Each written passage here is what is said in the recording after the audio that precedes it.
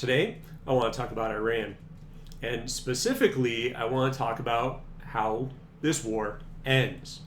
Because I have given it some thought, and I think there is going to be a large problem when it comes to actually getting out of this war.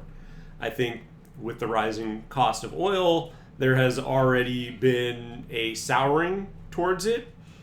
I think it's incredibly unpopular. But I don't think it's going to be as easy to completely get out of as Donald Trump and his administration has made it seem like it is. And the specific reason why is because there's, frankly, multiple parties that have a say in how this goes. Just logically, at a very base level, think about what would happen if Trump says, we're done. He decides to pull out our troops. He doesn't want it. Basically, it becomes a large inconvenience for them going into the midterms. And to try and quell the unrest and unhappiness of the American citizens, he pulls everything back. He says, mission accomplished, we're done. We sufficiently degraded Iran's capabilities, and we're just going to leave.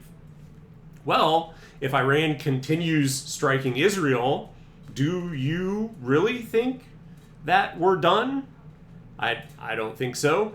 And so for that reason, I don't think it's going to be as easy to get out as Donald Trump thinks it is. So what I'm going to do is I'm going to watch a video that dives into that exact concept at a much deeper level, and then I'll provide additional thoughts on exactly why I think that is the fact of the matter and why I am, quite frankly, concerned that, yeah, this war is going to continue on for quite some time. So without further ado, let's get into it, and I'll provide my commentary. Hi there, pardon the interruption. I just wanted to make a real quick ask that if you are watching my content and you appreciate it, if you could please drop me a subscription. As you can see, through the life of my channel, 95% of the people that watch my content are not subscribed. So if you are watching and you find yourself enjoying the content, I would ask that you drop a subscription. Just, again, a really quick PSA. It would mean a lot to me. It really does help my channel grow, and it allows me to make this something that I can do for a living.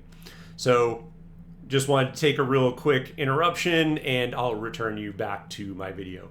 Thank you so much, and I hope you enjoy. Joining us now is Professor Robert Pape. He is a professor of political science at the University of Chicago, but he is also the author of The Escalation Trap, which is a Substack where there will be a link down in the description. All of you should go and subscribe right now. Thank you very much for joining us, sir. We appreciate it.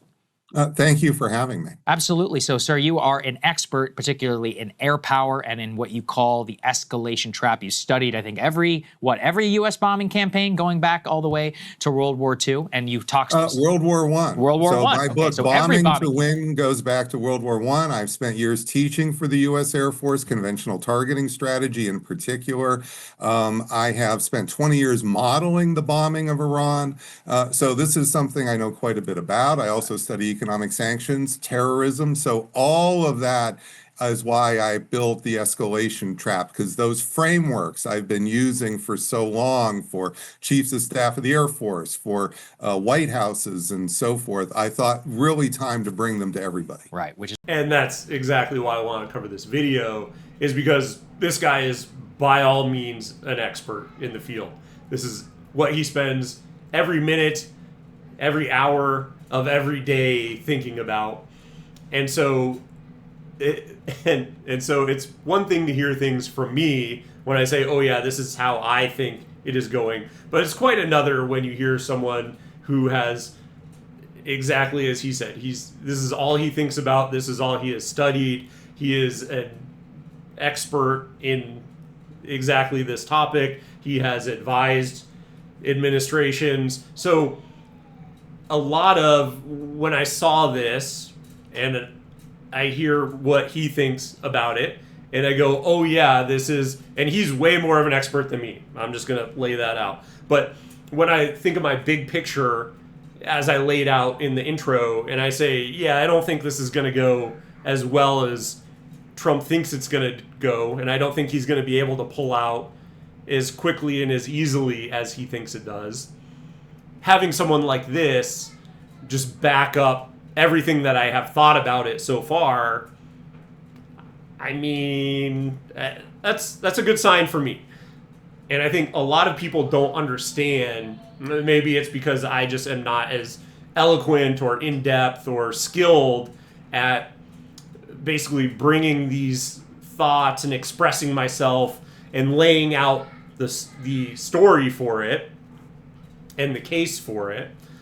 Maybe that's maybe someone else is able to do that better than me, and then people will understand why I am so concerned and why I don't think this is going to end anytime soon. Is why you're such an important guest for us. And we do have some latest news before we get into some of your theory about the escalation trap we want your reaction to. Guys, let's go ahead and put D1 up there on the screen. We have now seen an expansion of Iran declaring that U.S. and Israeli economic banking interests in the region are targets. We have seen this now repeatedly, sir, where we've moved from initial military targets to then the striking of either civilian infrastructure by the United States or Israel inside of Iran, now an expansion to the banking sector. So it does appear as if your theory about escalation and air power continues to spiral as this war now enters what's its 13th day now so far. So your reaction. And this is exactly what I have said I was concerned about when basically it was found out that Israel was the one that did it, but Israel struck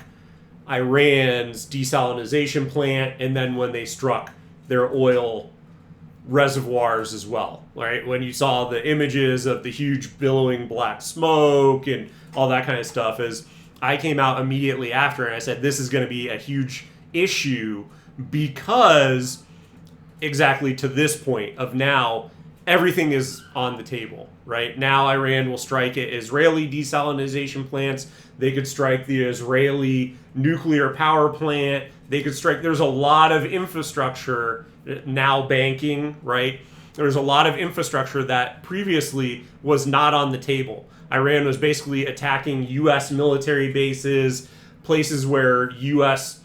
Officials were hiding out, right? If they were in a high-class hotel in Dubai or whatever, they would strike literally just the rooms that they were staying in through whatever sort of reconnaissance and intel that they had. Either reports are being fed from Russia or maybe China, or that they found out by themselves. So it was, by all accounts, very targeted at only military targets. And they basically had come out and said that, and they said we won't attack any of the other countries, which then the U.S. tried to basically spin off as, oh yeah, they've surrendered to the other countries, and that's not what happened at all, as you can obviously see as there's been many more attacks on Israel. But anyway, it's a long way of saying this is exactly what I was concerned about, was that, yeah, now everything in the region is on the table to be attacked, because that's the precedent that us, and more widely and more directly, Israel has set that precedent, and that's not going to go well for Israel and any of our allies in the region. Action to this particular piece. Yeah, this is confirmation of what I've been saying. So when states try to use air power alone to topple regimes, it has never, and I'm choosing my words carefully, never worked in over 100 years. And we've tried many, many times. I'm glad to go through the cases, but what you get is often this lashback effect that you're not prepared for because you're overconfident. You think you're going to win quick and decisively, so you don't prepare for the worst cases. And now the worst cases are coming, and so we're always. And just as a really quick point of, especially in Iran, why it will never work, a bombing campaign like this will never work, is because if you have looked at a topographic map, right, of the geography of Iran, mountains, everywhere, mountains. And so when you're looking at that, you just think about what was the problem with Afghanistan. Oh, well, they would hide in the mountains, and then it was impossible to actually strike all of their assets and to actually weed them out, because they would just be hiding in bases in mountains. They would be, again, all of their equipment is spread out across the area. It's not like it's all in one place, and strategically so, right? So yeah, it is impossible. Like, the U.S. has come out and said, oh yeah, we've degraded all these capabilities. But just in the last day, Iran and now Hezbollah in Lebanon, since now Israel is moving into there to try and claim land. Well, all of these forces have now ramped up attacks on Israel because we have actually failed to do any sort of degradation of the critical infrastructure required to do these sorts of bombing campaigns. And yes, the biggest issue with that is I have seen videos where they have literally been launching, like you look at the ground, it just looks like flat ground, and then all of a sudden missiles come shooting up out of the ground. Like you can't see where it was fired off from. It just looks like literally missiles emerging from the ground. And the problem with that is, how are you going to stop that? How do you actually degrade the capabilities? Yes, you can probably scan and try and bomb those areas, but again, if this infrastructure is built all across the entire country, good luck. There's no way for you to actually practically stop any sort of outgoing bombing from that, especially when, and it's been widely reported, U.S. radars have been targeted. So we can't even tell when there are missiles incoming, or at least it's been heavily degraded. We can't tell where they're coming from, where they're going to.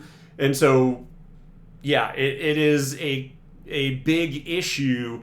And once again, to think that we have actually done anything to grade their capabilities in a meaningful manner to actually stop them from being able to strike Israel is just laughable at best. Behind. Now, what Iran is specifically doing in this lashing back is a horizontal escalation concept. It's actually a concept called parallel attack that we developed in the 1990s in the Air Force to use with precision targeting. And so with precision targeting, and they have precision drones, so we're effectively seeing two precision air campaigns collide for the first time in history. So their precision air campaign against us is parallel bombing at the same time, multiple nodes, not one at a time like we did in World War II. They're hitting multiple nodes in a network. They're treating their enemy as a system, like we taught in the 90s to treat others as a system. You see, this is what their intel has been scooping up. They've been learning from us and studying how to do this. And now what they're doing is they're widening that horizontal escalation and those nodes, because the more nodes you can attack at the same time in parallel, the more system shock you produce. So what you are seeing is Trump has triggered a lashing back that is now producing system level shock. This is one of the things I explained. And that system level shock is not just in Iran. It's not even just in the region. It's now going global.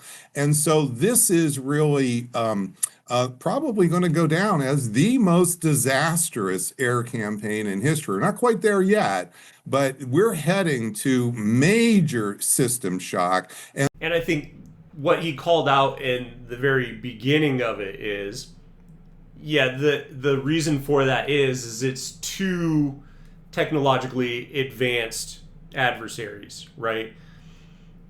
And on one end, you have the U.S. and Israel, and then a lot of people have disregarded or undersold Iran's capabilities. So the U.S., we always, oh yeah, they're not nearly as technologically advanced, and I think that has been proven to be a completely false assumption here, and that's exactly why. Yes, you're seeing this is because it's literally a meeting of, although maybe not equals, right?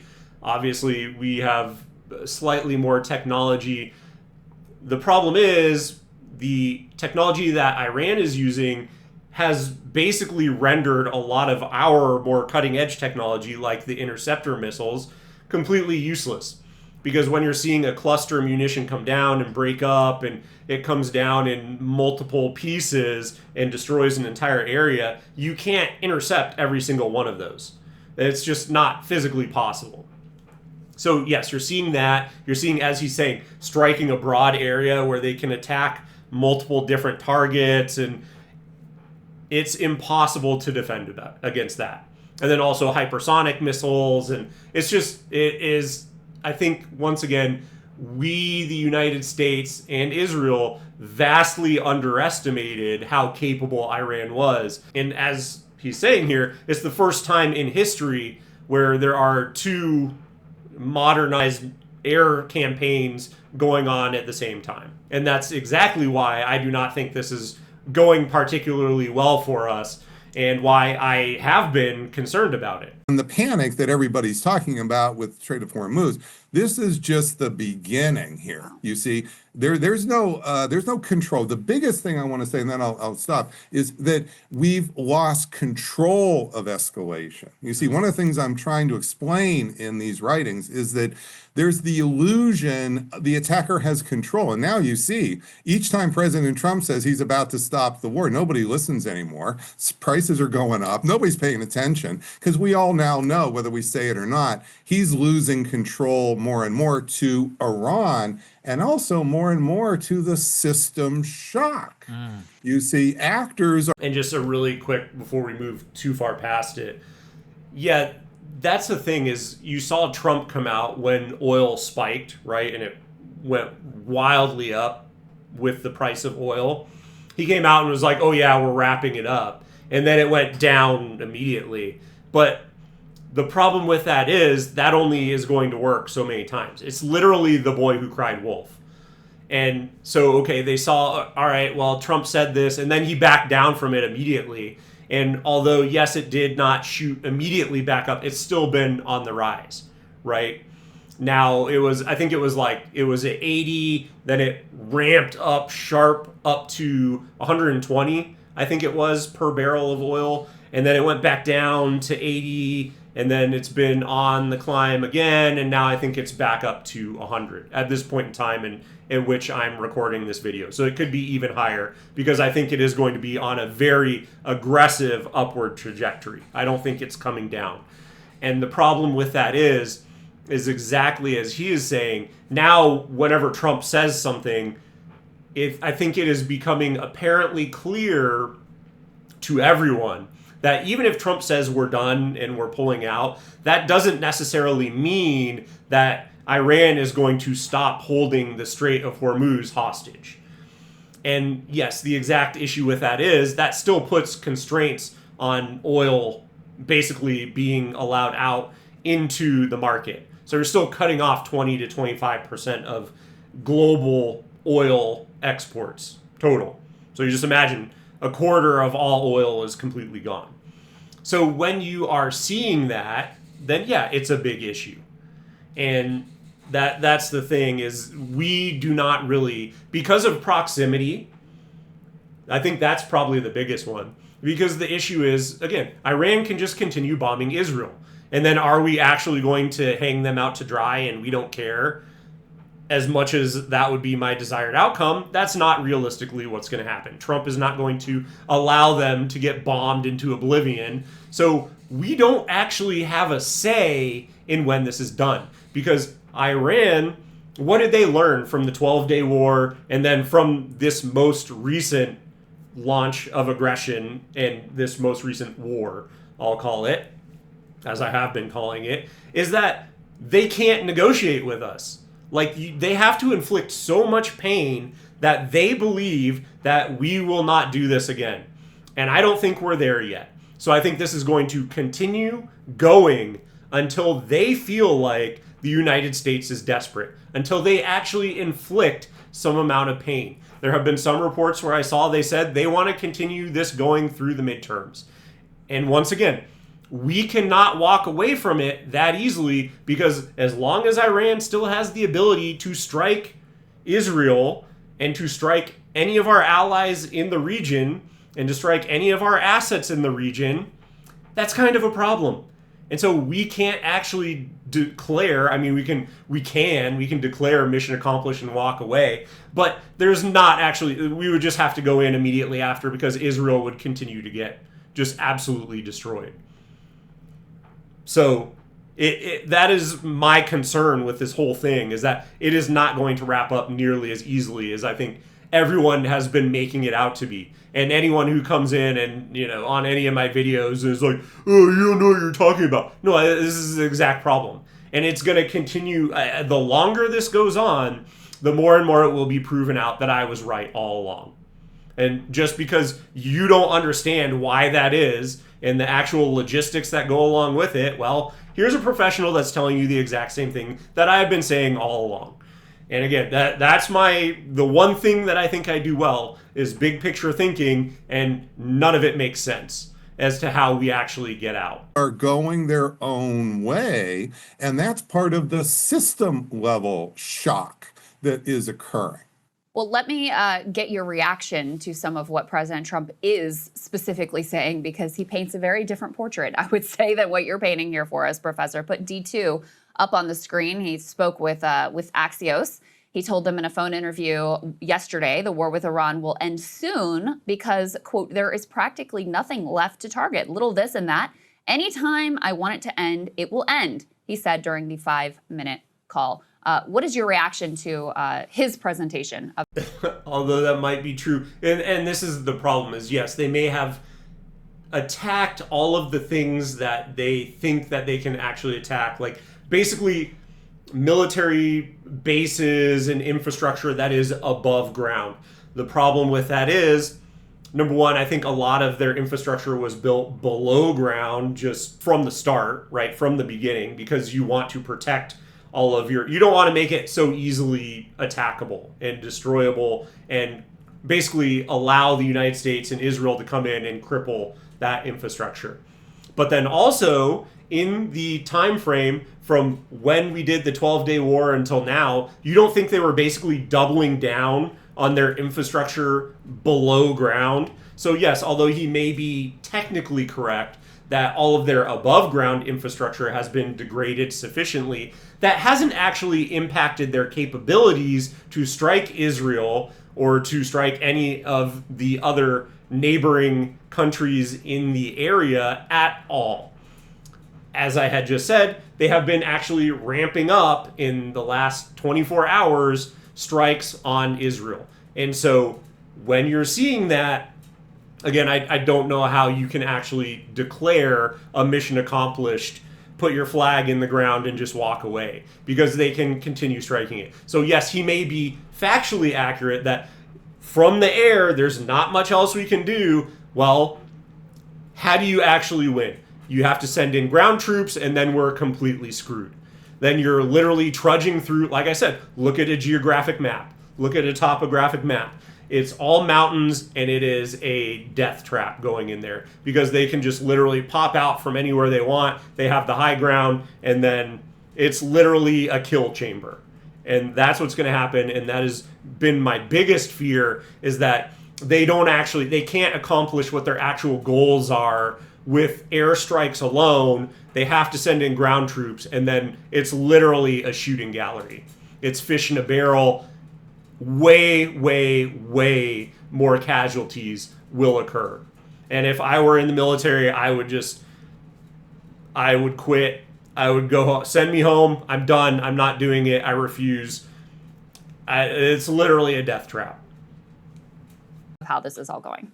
Well, this is what I call the victory narrative, but it's meeting escalation reality. And the reality is that he's one actor in the system now, but Iran is another actor who's actually driving the escalation pretty strongly. So if he's want to shut this war down, he's got to shut down the attacks on Iran. Well, he's already tried to break Iran. That's not working. So what's he going to give Iran to get them to stop? You see, he had a deal on the table the Friday before he started the bombing. He can't, I'd be very surprised and go back to that deal now. And then on top of that, imagine he could even get the Iranians to come back to a third round of negotiators. Keeping in mind, we've killed the previous negotiators twice now. But keep in mind, let's say he pulls that out of the, how's he going to get Israel to stop killing the leaders the next time? You see, so is he going to slap sanctions on Israel and say, you kill more Iranian leaders? So he's got, and these are just, and I haven't even talked about the Gulf states. There's a lot to cover cover right there. But the one thing I will say, that's why I say just let them all Highlander each other, and then we just come in and be friends with whoever wins. Because of exactly this point of how are you going to get Israel to behave at all? They're not. It's all blood feuds. They all hate each other. It's all infighting. Why do we want to have any part in any of this? Why do we want to be a participating party in any of this? We absolutely should not be. We should remove ourselves completely. This is patently insane, and it makes no sense whatsoever. But yes, that's exactly it. And he's covering exactly what I had said as well with Iran. And he makes a good point. Yeah, not only did you show them that the U.S. can't be trusted because all we're doing is basically biding our time and setting up for an attack every time that you've tried to, now 2 times in a row, tried to negotiate with us. So how can we trust anything that you say, United States? That's point 1. But now, 2, you've killed their leader. And the new leader that's been inserted, the new Ayatollah, basically so it's the son of the previous one. So you killed his dad, you killed his mom, you killed his wife, you killed his children, you killed other family members. So like, you think that he's going to be less radical towards us? Absolutely not. That makes no sense whatsoever. So yeah, there's just so many incentives or disincentives, I guess, as the case may be, that there's no way they're going to come to the table again. I would not trust someone who 2 times in a row, when I tried to make good faith negotiations, they just basically attacked us out of nowhere. So of course I absolutely would not. And then the other thing too, I saw, I'm not sure if it was realistic or not. I did see it from multiple sources, so it could have been, but they listed their own set of, here's the things that you need to agree to for us to, consider peace. And it was just as poison-pilled as the list of things that we were saying you need to adhere to, where it was like paying back reparations, covering all the damages that we have caused them. It was just basically like long-term security guarantees that are actually enforceable. Like, it was a whole list of things where it was like, yeah, of course, there's no way that we would ever agree to this. So that is just a way of saying, I don't think that there's any way that they are going to want to come to the table. And that is exactly why I say, again, we can pull out, but as long as they still have capabilities to attack Israel, it's not realistically ever going to end. And others, and Russia, oh my goodness gracious. So as this has become a system level problem, those actors multiply who have control, and increasingly more control than the United States. So just imagine, I just named Iran, Israel, and Russia, that he has to get to call this thing off. How's he going to do that exactly? What's the plan here? Again, this is victory narrative. We're in now the midst of escalation reality. And that victory narrative, we're just going to find fewer and fewer people paying any attention. They may listen. And there's really only one way to actually walk away, and that's just to completely hang Israel out to dry. Again, would I be okay with that? I wouldn't be upset with it, because I think we should just completely remove ourselves from the Middle East in general. But realistically, is the United States going to do that? Absolutely not. So it's literally not going to end. Trump loyalists may say they verbalize it, but that's like as if. You see, it's not real. And we all know that because the prices are going up. And then when the price of the gas is going up, everybody's going to know victory narrative is meeting escalation reality. Very, very true. So let's turn to some of your own points here about the risk. Guys, can we put his slideshow D4 up there on the screen? So you start with multiple risks that we are now seeing. Energy shock, about 20% of the world's oil passes through the Strait of Hormuz. If that flow is disrupted even partially, the economic shock would hit, obviously, the entire globe. Energy markets watching that. Risk number 2 is horizontal escalation, which I believe you've just talked about. Risk 3 is global infrastructure vulnerability. Risk 4 is military and economic strain. And risk 5 is strategic distraction. Can you just break some of that stuff down for us so we can get into it? Yeah. So what you are seeing is not this disaster that is unfolding is multi-dimensional.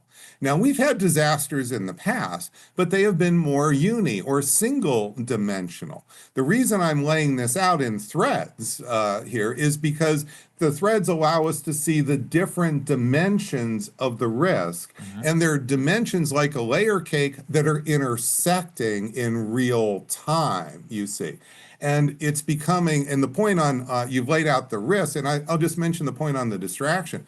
As the risks come together, they overload us. We get overwhelmed. Well, that's why I put out these frameworks in the escalation trap and then tie them to the events that are occurring. Because as I have, over the years, I started to develop these when I taught for the U.S. Air Force, because I saw that in war, in crisis, people are overloaded. And that's when the frameworks, believe it or not, become the most important, because they need those to make sense of this complex chaos.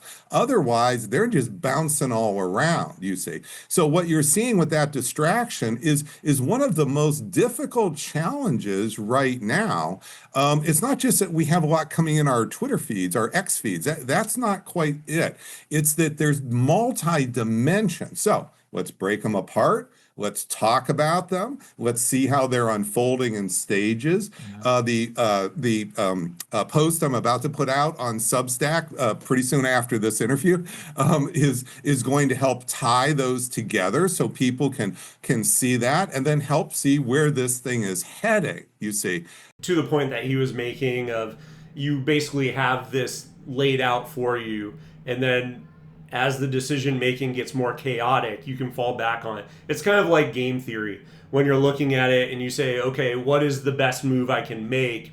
And you just have to, basically devoid of any information, you can always tell what the most optimal move is to make for you because of all of the factors of this is what gives us the best outcome.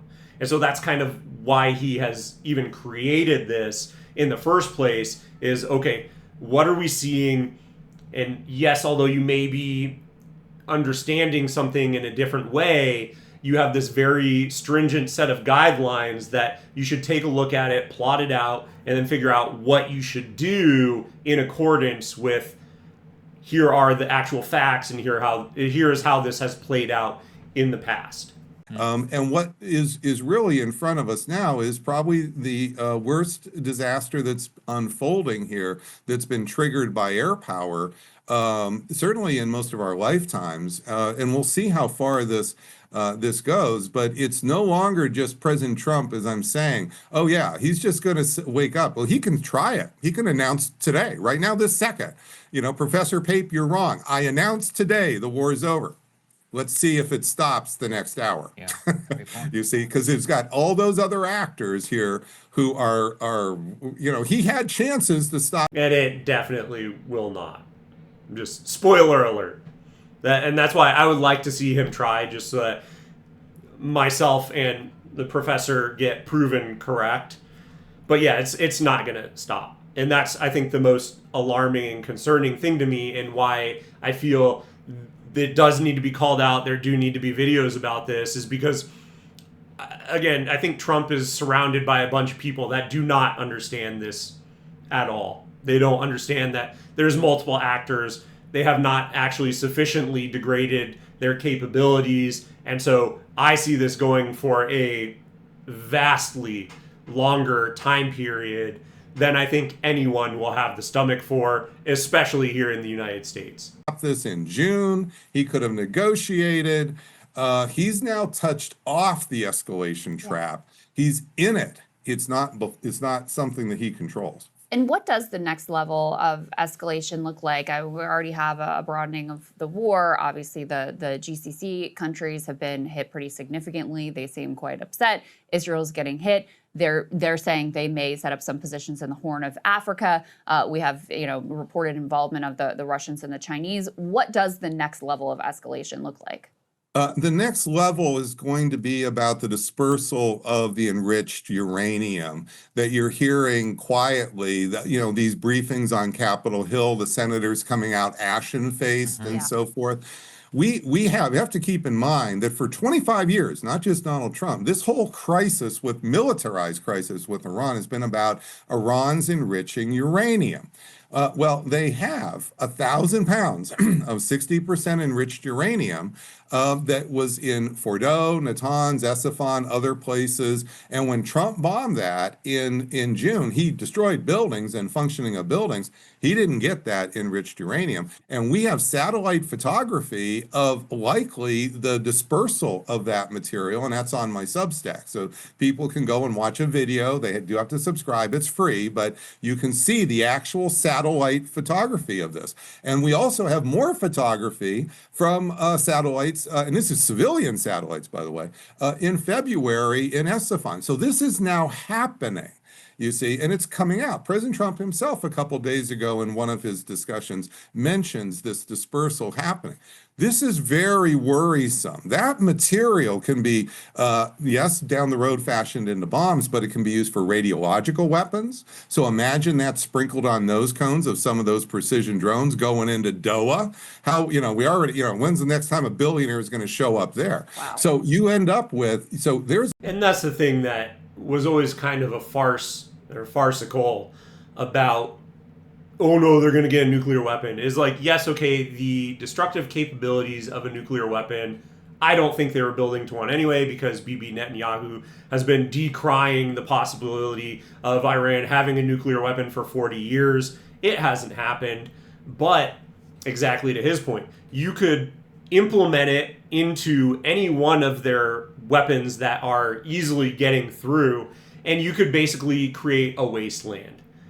And that could happen very easily. That could happen anywhere they want, because they have shown capabilities to strike in the entire area. So that is exactly the point, and what is so concerning about it is you could turn the entire Middle East into a complete wasteland. And by continuing to have this happen, all of these countries become more and more desperate the longer this goes on. And so you do not necessarily need a nuclear weapon only. They have a ton of nuclear material. You do not need the weaponry specifically of a nuclear, bomb or an atom bomb or any of those sorts of things to completely lay waste to that entire area. So as this is going on and you idiots in America are cheering it on, just know what the actual logical conclusion of this could be and why it's so concerning. And so when you're, oh yeah, we're winning, we're so cool, like, you're only saying that because you're not smart enough to understand what the actual outcomes of this could be. A lot of real capability here that Iran has not used yet. And this image of Iran as a beaten down, tiny little, pipsqueak of a country with no capability that we've been hearing for years, this has never been true. Okay, so what's happening is Iran is a fairly strong country, 92 million. It's, as you reported, exporting oil when the rest of the world can't get. Just think about this for a moment. So they have a lot of capability here yet to go. And that's important too, because yes, that means that they're continuing to get money in.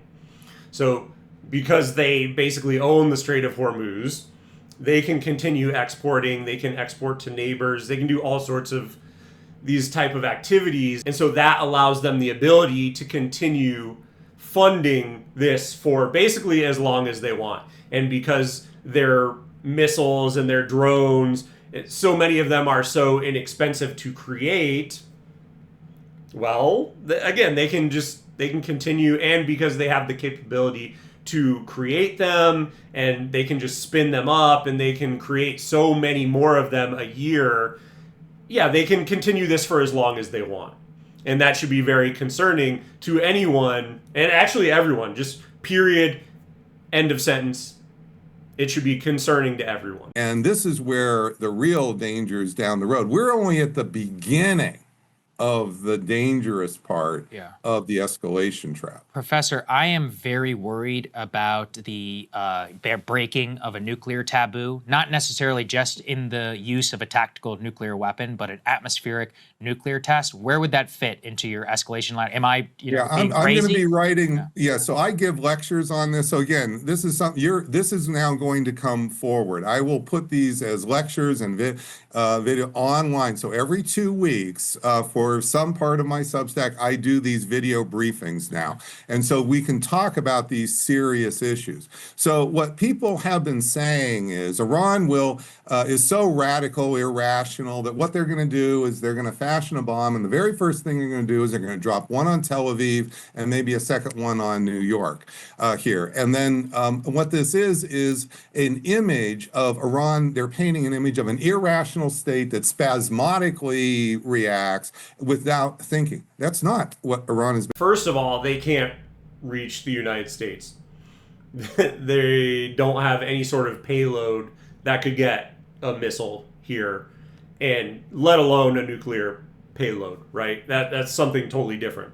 So when you are seeing it, yes, exactly. Like, if they were able to strike the United States, they already would have stricken the United States.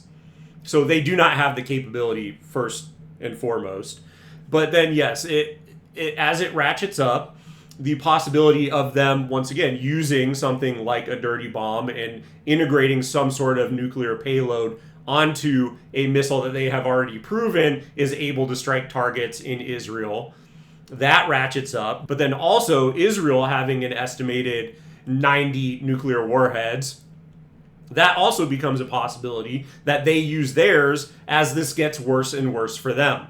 And that is why none of the countries in that region, again, we should just have completely removed any sort of putting ourselves in bed with any of them and working together with any of them and being in that region at all in the first place, is because they're insane.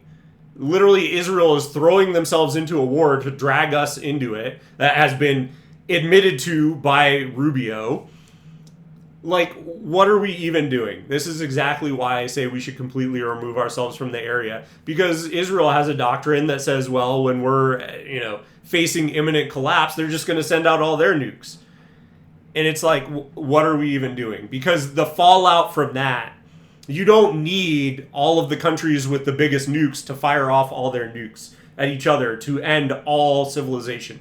Literally, the fallout could have such a massive impact on the entire region and then spread through, winds, upper atmospheric winds and all this kind of stuff. It could spread out over the entire world and basically usher in a nuclear winter and kill 80% of all of the population on Earth. It could destroy all the crops. There are all these second order effects that, again, anyone who is cheering this on has not thought through fully.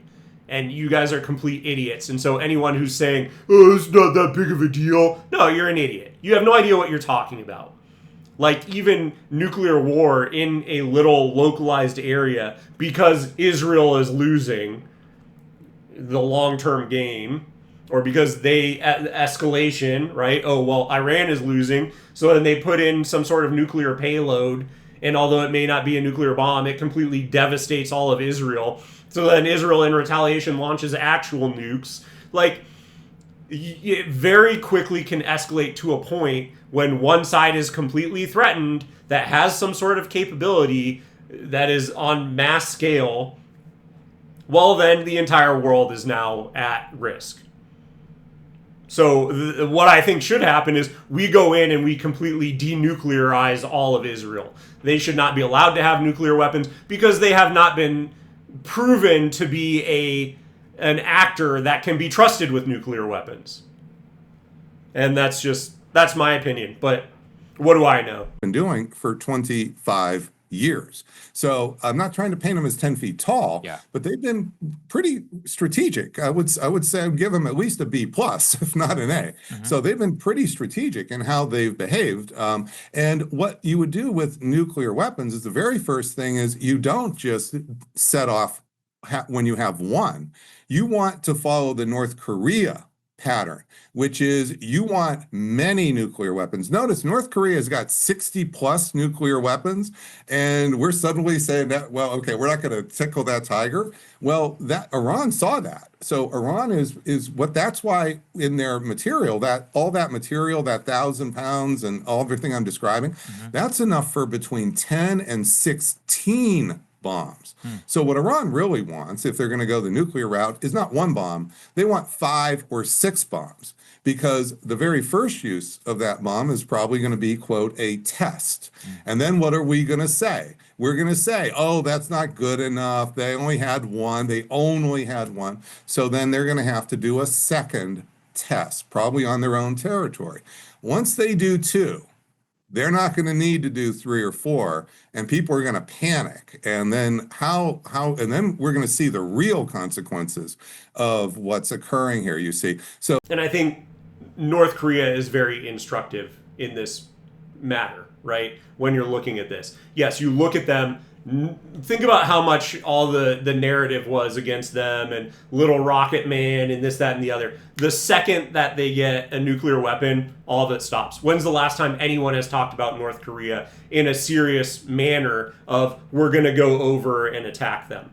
That has all been stopped. I have not seen any sort of, negative military action being planned at North Korea or North Korea being threatened or anything like that. In fact, there were memes that had come out of like North Korea, no one wants to mess with them. They're sitting around, with their finger hovering over the button to drop the bombs or shoot the bombs, and no one wants to mess with them because they have nukes. And so, yes, the original statement and the original stance of the Ayatollah before this incursion and this war was, yeah, it's against my religion. We don't actually want to move towards nukes. Well, now you've killed all those people. And so what do you think is going to happen? Of course, now they've been seen, we can't trust the United States. They're not good faith actors. So now we're going to sprint towards the bomb as fast as possible. Whereas that may not, again, for 40 years, we've been warned that they're going to have a nuke in a couple of months, and that hasn't panned out. And so, again, actions versus words. And so now, of course, what's going to happen? It's fool me once, shame on you. Fool me twice, shame on me. It's not going to happen a third time. So now we're after this strike, this war, make no mistakes, was fool me twice. So shame on them. And then now they're not going to get fooled again. They're going to sprint towards a nuclear weapon, and that's going to be the end of it. Then we're not going to be able to go into basically whatever Iran, this is how I see it playing out. Whenever Iran feels like they have inflicted enough pain, or actually probably the quote unquote better outcome is they end up with their own nuke so that Israel can no longer attack them. They have to leave them completely alone, which will be very interesting because then they can't accomplish the Greater Israel Project. They can't go basically from the Nile all the way to the Euphrates. They can't get that land anymore. So that completely locks them out because we're not going to go to war with a power that has a nuke, as proven by North Korea. So that would actually technically be the best outcome where they say, okay, now we have a nuke, we've proven it, and so you have to back off and you can't attack us anymore. Again, I don't know how that would play out with Israel. There's that's a very interesting, because they're ideologically driven and that's what they want. But that would be completely off the table at that point in time.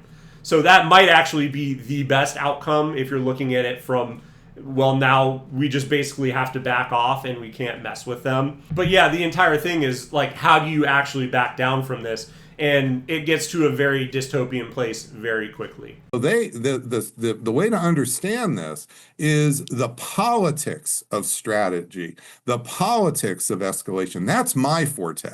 Yeah. So I taught the best pilots in the Air Force. Those folks weren't coming to me to learn how to put a bomb on a target.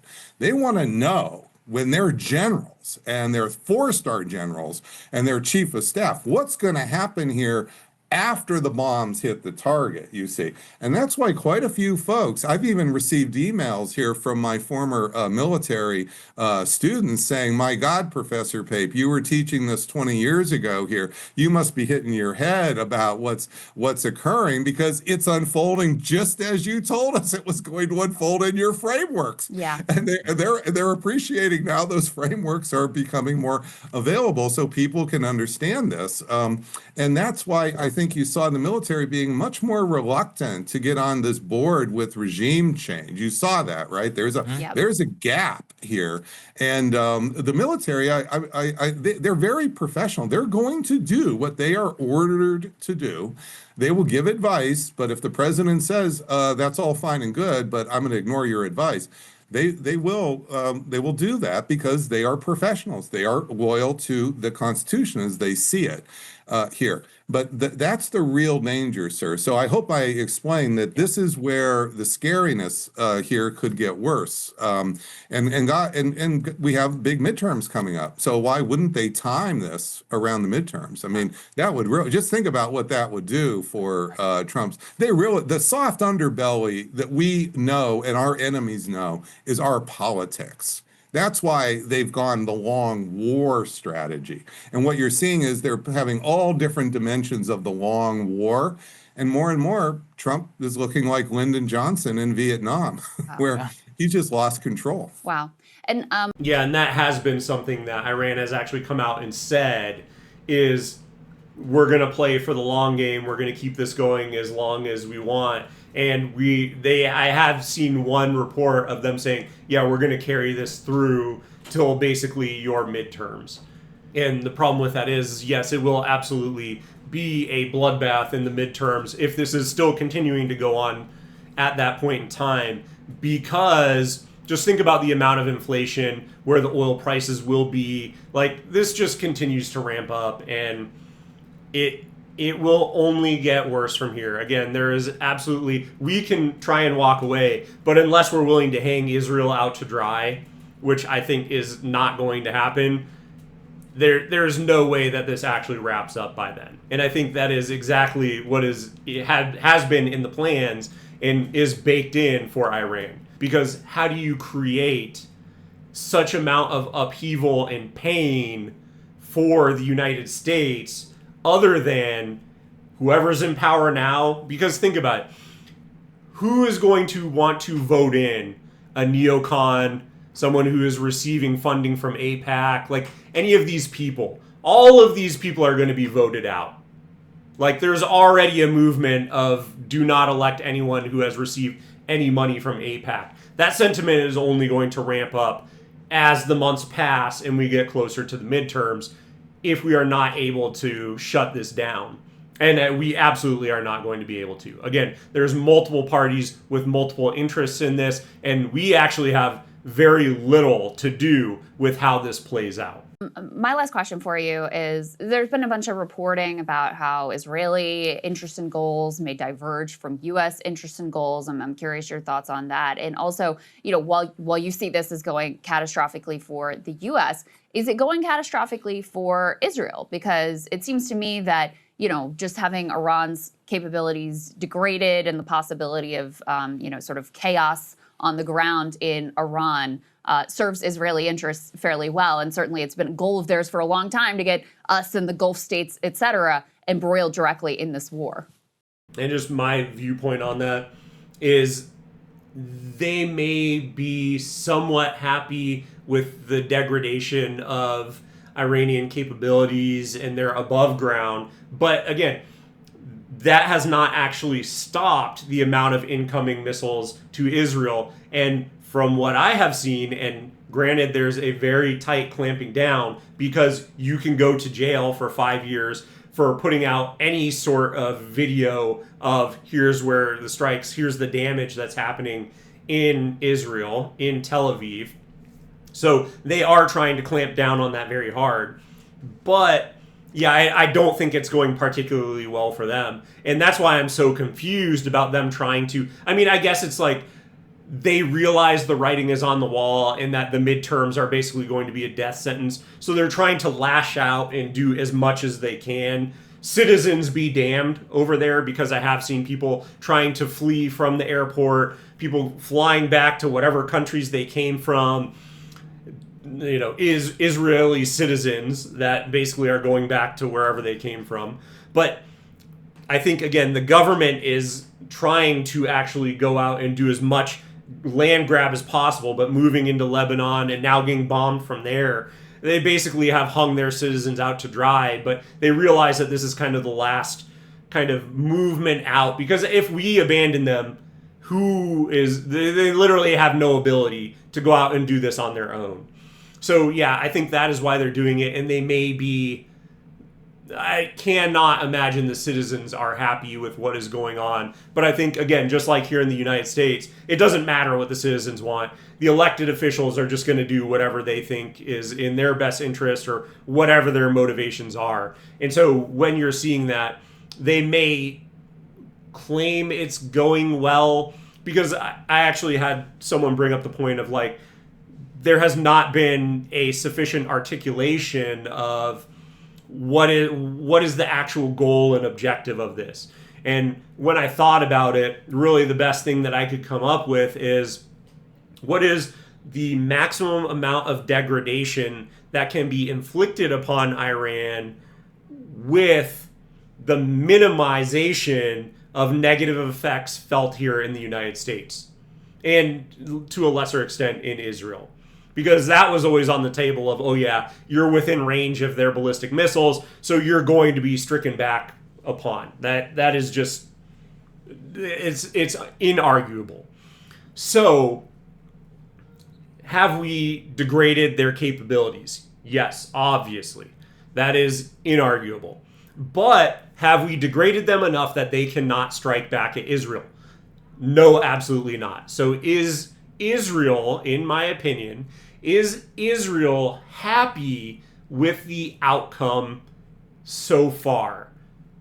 Maybe slightly, because there has been some sort of degradation, but I think you can see by them striking Iran's civilian infrastructure, like the desalination plant, like the oil refineries, by striking those, you can tell, I think, and this is just my reading of the situation, Israel is becoming more desperate, and they're trying to do more and more desperate actions that the United States has not bought into. And that's why we're saying, I have heard that behind the scenes, they're saying that's inappropriate, stop doing that, because then Iran's just going to lash back out and then start attacking our allies and their infrastructure, and then that is a massive downward spiral that basically destroys the entire region and sets everyone, the entire globe, back decades, because all that energy infrastructure is gone, and that is a very dire situation. So yes, I think if you were to ask them, I think the leadership would be slightly happy that there's been a degradation, but even they would not say that this is particularly successful, because they're still getting hit, and at a very, very high rate. Literally, again, parts of Tel Aviv and other parts of Israel look like Gaza from what I have seen and heard and that kind of stuff. So yes, I don't think it's going particularly well, and it should be concerning. So yeah, I don't know that there is any sort of mission accomplished. I think Trump will try and write it off. Oh yeah, we destroyed all their stuff and we're going to walk away. But as long as Iran is able to strike Israel, it's just not realistic. The war is not going to end. And it's not a satisfactory outcome ultimately for Israel. Yeah, so I want to separate what Israel and Netanyahu may think their interests are, and I understand they have the right to define their own interests, from what I think is their actual security interests. And what I think is happening here is that Israel's security is getting worse with the passage of time, not better. Mm-hmm. And I think they too have been mesmerized by the hyper accuracy of precision weapons. They can bomb targets and so forth. And then they can actually destroy buildings with precision weapons, as you're seeing. They've learned in Gaza that you can actually mass coordinate those bombs and say you're not targeting civilians while you wreck the civilian infrastructure for anybody to live anywhere. Right. So they're learning this. But the bottom line is that this is those things I'm talking about, like let's just pick the dispersal of nuclear material. Trump's bombing of Fordo did not contain the nuclear problem in Iran. It triggered the dispersal of nuclear material. And as that material disperses, that's a danger not just to America. That's not just a danger to, say, Basra. That's a danger to Tel Aviv as well. And what is Netanyahu exactly going to do here? Are they seriously going to put ground troops in? Are they seriously going to think about nuclear escalation? I mean, this is the kind of things you got to scratch your head and say, what are they actually thinking? Because this dispersal of this material, none of those options are guaranteed to protect. So this really is not, I would say, in Israel's interest, but they've got their stated views and they may disagree. And as they disagree, then the real divergence here is between their stated or thinking and the actual reality that they are facing. That's the real issue here.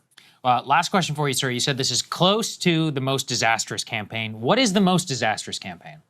Yeah, the most disastrous campaign was probably Bill Clinton's campaign in March 1999, when he had a 3-day bombing campaign. He thought it would be 3 days to hit 51 regime targets in and around Belgrade, including Milosevic, the leader's home. The idea was to wreck the crony regime of Milosevic. We had this model of cronyism in Serbia. And what happened was that triggered a lashing back where Milosevic sent 30,000 troops in a horizontal escalation way to cleanse 980,000 Kosovar civilians from Kosovo. That's 50% of the population.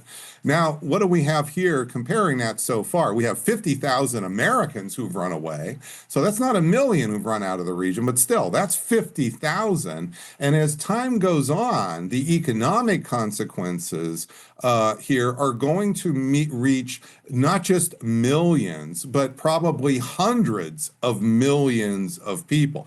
That's only at the beginning stages now. So that's why I say we're entering that. But if this goes on for 3 or 4 weeks, as it well could, and we're going to discover that putting out those oil reserves are one time. You use it once and it's gone.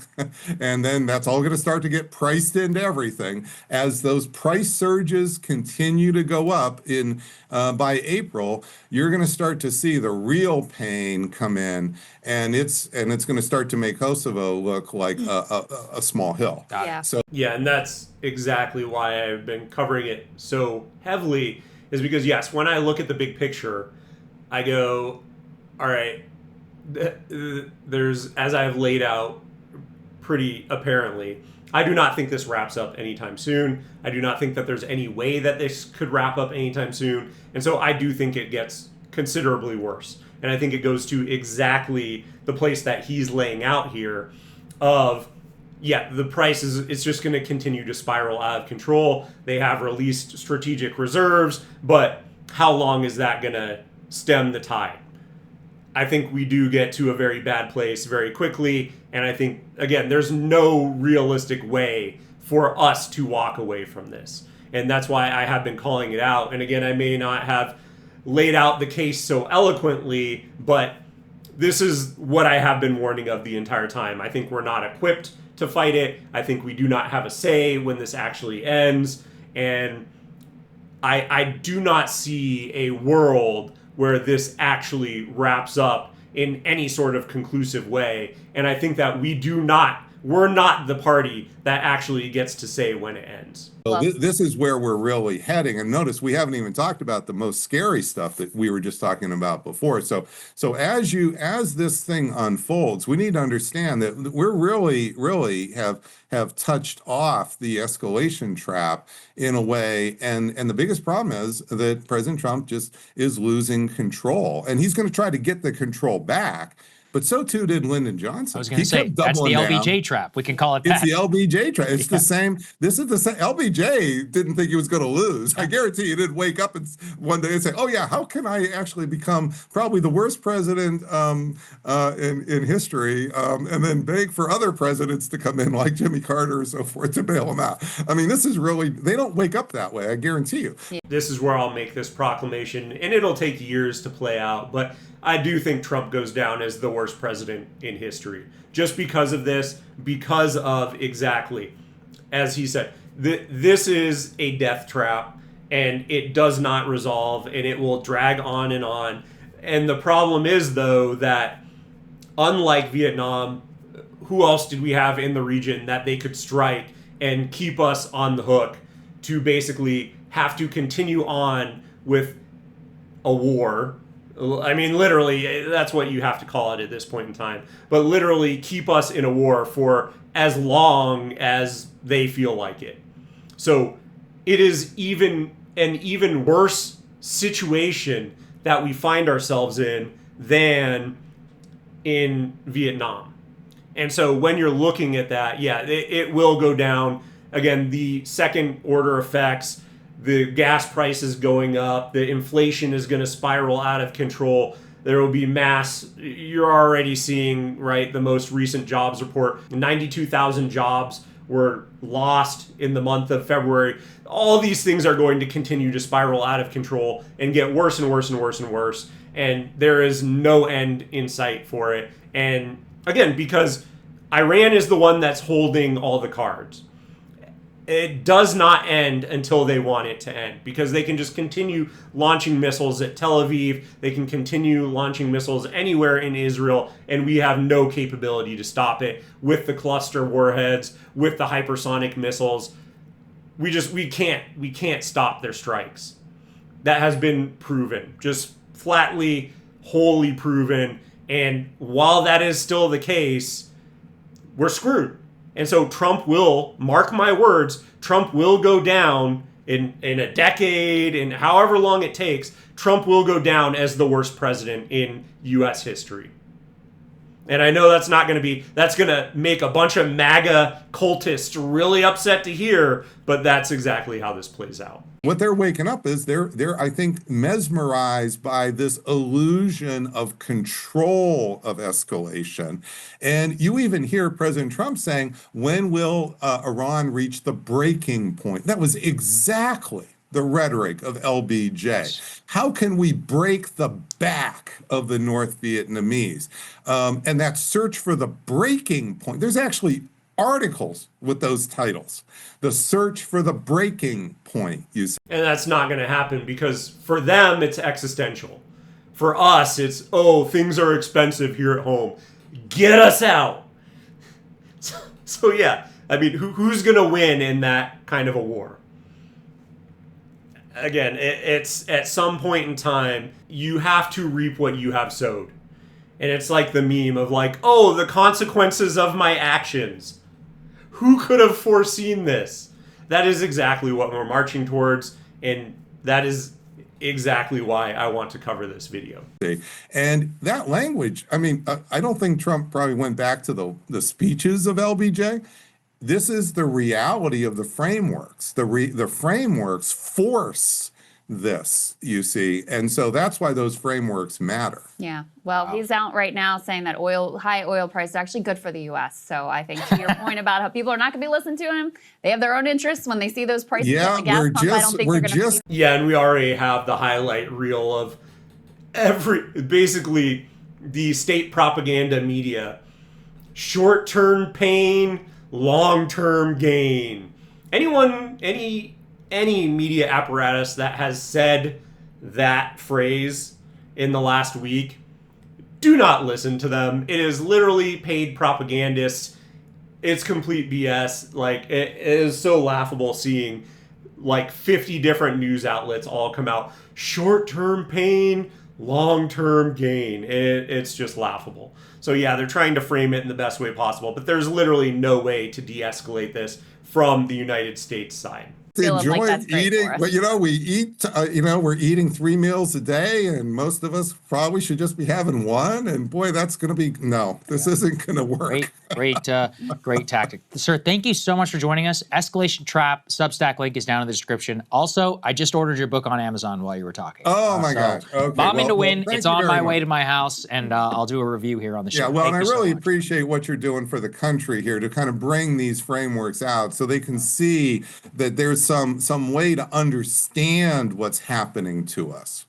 It's our honor. Yeah, it's Thank our you. privilege, and we hope you'll join us again. Yeah. Absolutely. Thank you very much. My pleasure. And that's exactly why I have been covering it in the face of probably the most scrutiny that I have faced in the entirety of my channel. Because once again, I look at the big picture and I don't know how we come to any sort of conclusion about this. And it is when you follow, again, the logical conclusion of escalation, escalation, escalation, how do we actually step away from this? There's just no way. I've said it time and time again throughout this video, but I truly do not see, as long as we are beholden to Israel and doing what it seems like whatever they want, there's just no way that I see this actually wrapping up. If we were willing to throw them under the bus and just say, figure it out on your own, we're done here. This obviously is not working out in our favor. It may get to that point eventually, but as long as we are not willing to say that, which so much of our Congress is completely bought and paid for, so that is off the table until at least after the midterms. But as long as we're too afraid to say that, it's not going to happen. This is absolutely something that's going to continue to carry on. We have no say in it unless we take that route. And so, of course, it's just going to continue. And that's why, again, I wanted to make this video to call it out, is because, again, I have full confidence that I will be vindicated. And if I was a more shallow and petty person, I would go through and literally in every single comment section after I am proven right, I will go back to every single argument I've had and just, how does this look now? How does this look now? But I truly don't care, because I know that just logic and common sense is on my side. And I will probably make a video calling it out when it's, October and this is still going on. But again, just wanted to further lay out the case. I'm sure I will get a ton of hate for the shorts that I create off of this, or video, this video in general, but I think it needs to be called out. I think people need to understand exactly what the implications are and why it's not going to be possible for us to just walk away. And I think it's just important for everyone to know that when you're cheering this on, what is the logical conclusion of where this ends up? And it's not in a good place. But if you like the video, give it a thumbs up. And if you have made it this far, thank you so much for watching, and I will see you in the next one.